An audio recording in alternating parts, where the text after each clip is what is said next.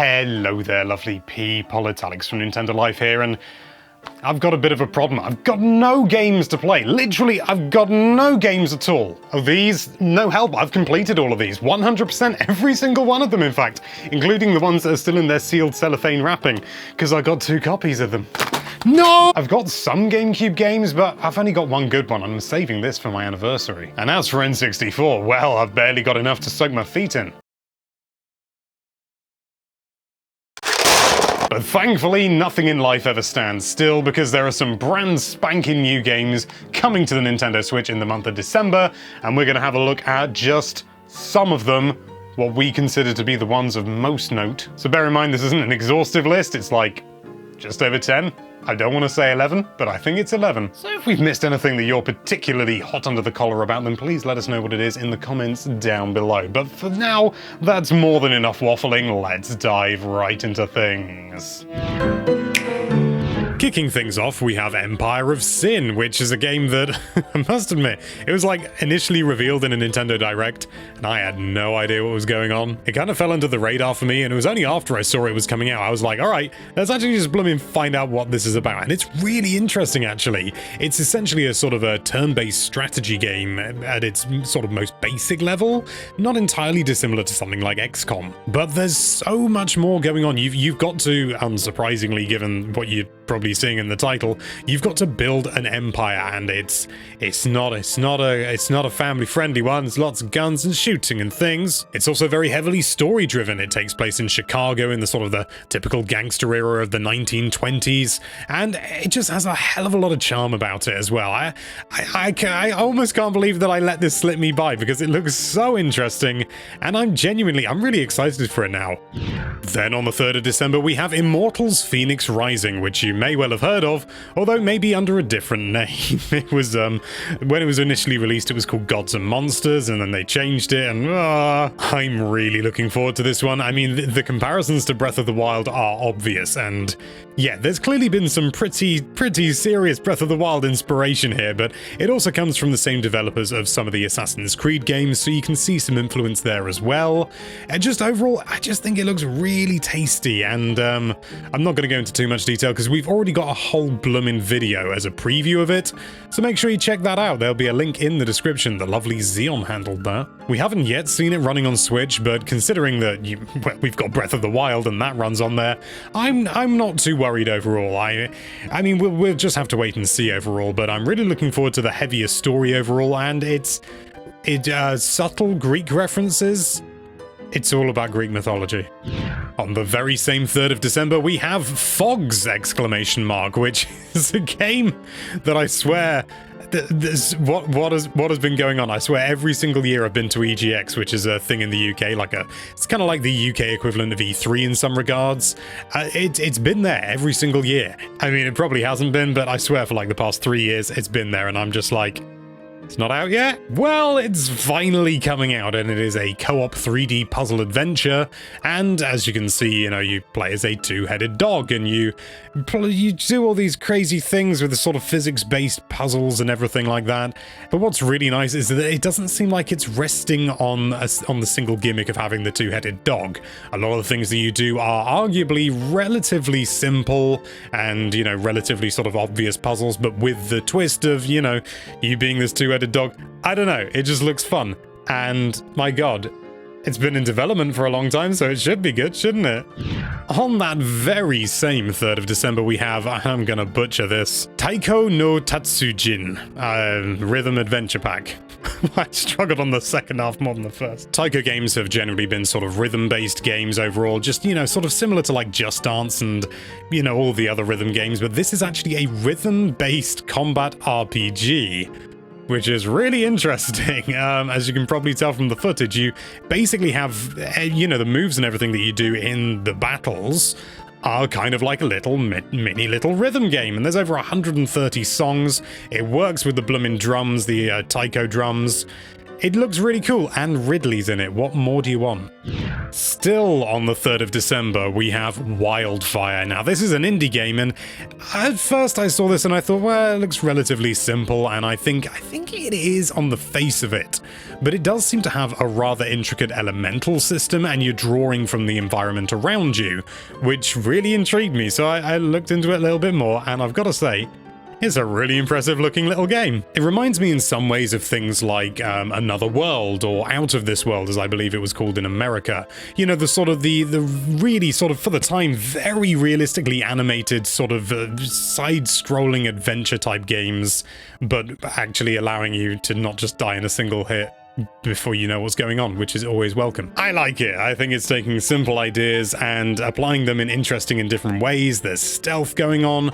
You can do different things to have sort of like a chemistry engine going on.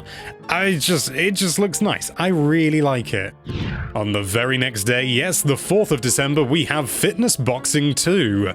Which is fitness boxing, isn't it? I played the original Fitness Boxing, and this is basically very much exactly the same kind of game, you know. It's not like this all of a sudden you're strapping Joy-Con to your feet and adding kicks and stuff like that.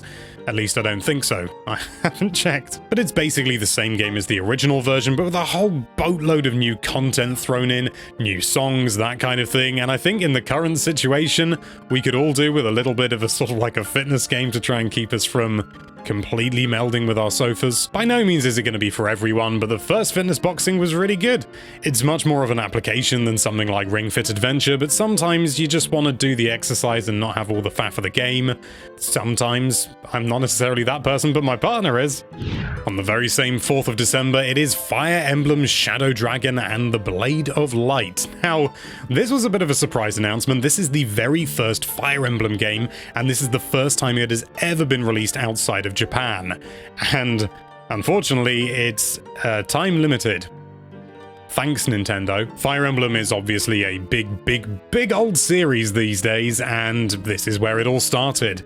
And for the very first time, you can actually understand what's going on, because it's all in bloomin' English, as you can probably tell from all the footage. Gameplay-wise, it's very understandably similar to modern Fire Emblem games, but naturally has significantly less of the detail that has been added on in later games. It's a very distilled form, a very sort of arguably pure form of the sort of the combat and the idea and the genre and stuff like that. If you've played Fire Emblem and you like it and you want to see where it all began, this is the one for you. Then on the 8th of December we have Puyo Tetris 2, and it's more Puyo Tetris, isn't it? This is unsurprisingly a sequel to the original Puyo Tetris, which was released back. It wasn't quite a launch game, but it was pretty damn early in the Switch's life cycle. Blimey, that feels like a lifetime ago. And it has a few new modes, but the main draw for this game is the brand new storyline, which follows on from the original Puyo Tetris. Now, I've got to say, I didn't personally get along with the storyline at all. I felt the dialogue was extremely ham-fisted and didn't appeal to me whatsoever, but I know plenty of people that did enjoy it. It's clearly just not my kind of thing. So this is even more of that, and as I said, many people absolutely loved that, and that was for them the best part of the game, so this is even more of it. If you like the first one, then this one's a bit of a no-brainer, really, isn't it? I mean, it's more of the same. It's more Puyo Tetris. It's more Puyo Tetris. Then on the 9th of December, we have, this is a bit of a contentious entry, I must admit. This game is called Ghostrunner, and it's essentially a sort of like a cyberpunk parkour style game. Not entirely dissimilar in some regards to something like Mirror's Edge, but with more swords and more cyberpunkiness. However, it's had a bit of a strange time on Switch. I really can't pin down exactly what happened, but it appears that it was maybe like delayed, then released, and then taken off the eShop, and now it's being released again. I really can't pin it down. On the face of it, it looks like great fun, but I have heard some whispers that there are some serious issues with the Switch version when it comes to, you know, graphics and things like that, so this is more of a sort of a tentative thing. I wouldn't take this as a full recommendation because we know so little about the Switch version of this game, but even then it's an interesting one to ponder, so keep an eye out, but keep a cautious eye. keep a cautious eye out. And finally, on the 15th of December, we have Collection of SaGa Final Fantasy Legend, which is long. It's a long name. As it happens, this is a collection of 3 Game Boy games that were released: Final Fantasy Legend, Final Fantasy Legend 2, and Final Fantasy Legend, wait for it, 3. And I suppose in many ways, these were kind of the unsung heroes of the Final Fantasy series. They were very much their own thing in many different ways. But at the same time, it was amazing that they managed to get such a close, I don't want to say approximation, but such a close experience to the Final Fantasy ideal as they could on something as basic as the Game Boy back in the day. And it comes with a load of really cool features like this. You can turn you can turn your Switch on its side, not docked, obviously. And if you remove the Joy-Con, you can kind of use it like a sort of a tablet and make it look like a Game Boy. Completely worthless, a silly idea that really doesn't need to be there, but my god, it's fun, and I like fun. What's more, this puppy's only 15 quid, that's 5 quid a game. Could you even buy the originals for that price? I doubt it. And then you have to buy batteries for your Game Boy. You don't have to with this. And there you have it. That's just... Oh my god! Hold the blinking phone like I currently am to record this! Doom Eternal's Nintendo Switch release has finally been confirmed! It's Doom Eternal. Yes, it is finally coming to Nintendo Switch. My word, we've been waiting a long bloomin' time for this. I've been so frothing at the mouth for this game. I've tried so hard to keep myself as, I suppose, uninformed as possible as to the game overall and the quality and the stuff that happens in the story. Not that the story in Doom is ever really massively out of this world crazy. Maybe it is this time. I don't know, but my god, I'm so looking forward to this, and I'm so pleased that it's coming out. It's a Christmas game for Alex. It's a Christmas game. It's good. It's Doom. It's fun. You should play it on your Nintendo Switch. That's all I have to say. And there you have it. That's just a selection, the mere cream of the crop, in our opinion, of the games coming to the Nintendo Switch in the month of December. Good games. Good games.